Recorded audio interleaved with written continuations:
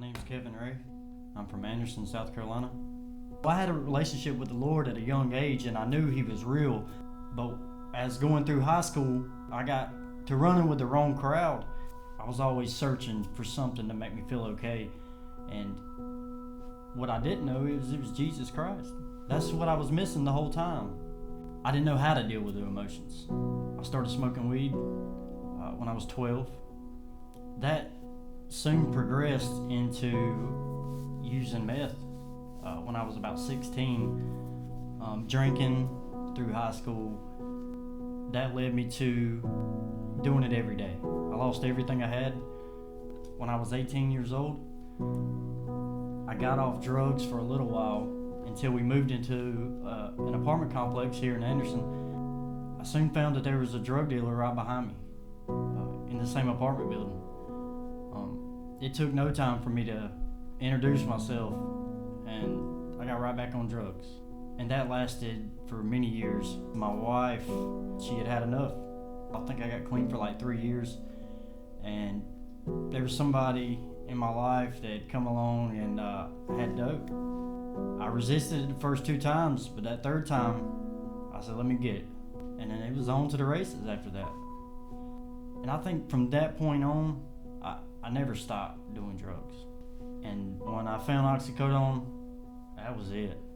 I fell in love with it. All the problems and everything that I was facing in my life, when I would take that pill, it would just be like, it'd go away.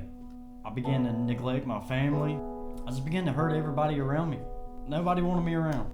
My wife's sitting on the front porch crying, wondering where I've been, wondering if I was gonna come home at all. Was I dead? Was I in jail? I was dealing drugs and doing drugs. Seeing my kids start to move away from me, the hurt that I've caused began to do something in me. Like, I don't want to be like this. I want to change, but I don't know how. She started showing me these videos of the Bridge Center, and I'm seeing these guys and their lives being transformed and changed, and Jesus is doing just miracles in their life. And I remember saying, man, I want that. I'm tired of living like this. So my wife would show the videos, and I would be like, nah, I'm good. I don't want to watch that. Then I started watching the videos in private. And I remember saying, I want that. My wife wanted a divorce. My kids didn't care if we split up or not. And I reached out to CJ Carlton and Chase Christian. Didn't know neither one of them. I had just seen them on videos. I sent them a Facebook message. Look, y'all don't know me, but man, I need help. I can't go another day. CJ had reached back to me. Chase had commented back to me. He actually called me on the phone and he invited me to the morning meetings here at the Bridge Center. The first 2 I come to, I had been up all night. But sitting in the meetings and listening to Bradley and what he was saying, I was like, everything he's saying, everything he's talking about, that's me. I walked up and I introduced myself to Chase Christian, didn't know him, and he just starts crying. He said, man, I've been praying for you for over a year. I didn't understand it. But my wife had a conversation with him a year prior to that about me that I didn't know about. And so he prayed for me for a year. And I said, look, I guess it worked because I'm here.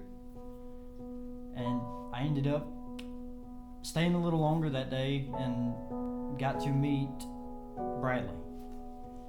And Bradley asked me, was I tired of living the life I'm living? And I said, absolutely. And he said, would you come to the Bridge Center if you had the opportunity? And I said, in a heartbeat. I said, but Bradley, I ain't got no money. I've spent every dollar I've had on drugs. I'm headed home that day. Before I make it to my house, Bradley calls me. He says, can you be here before 5 o'clock? He said, we just raised the whole $3,800 for you to come to the program. And that moment, I could breathe a little bit, like a relief, like I actually found the help, or somebody that could help me. I went and give all my drugs away. I get home, I walk inside, and I start packing my clothes.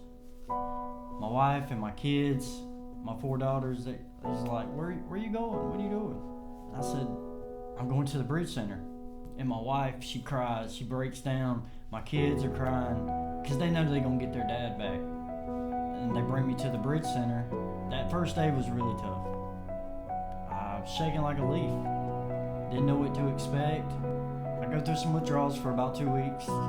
I start to go to these meetings here at the Bridge Center, and every meeting, they're talking about being powerless, talking about the 12 steps, talking about what it means to be an addict and why you are an addict. In the beginning, I thought this is never going to work for me. But I said I'm going to give it 100%. I'm going to give it everything I got. No matter what they ask me to do, I'm going to do it. And I started to work my program. I started to go through the 12 steps of AA. I started to see some integrity in my own life. I started to see some fruit, some breakthroughs. God was giving me little nuggets to get through each day. But God didn't only just change me. He was changing people in my family while I was in here. He changed my wife. He changed my kids. He changed my brother tremendously, I believe. My kids got their dad back. My wife got her husband back. I can hold a job. I can take care of my family. God has done miracles in my life. He's changed everything about me.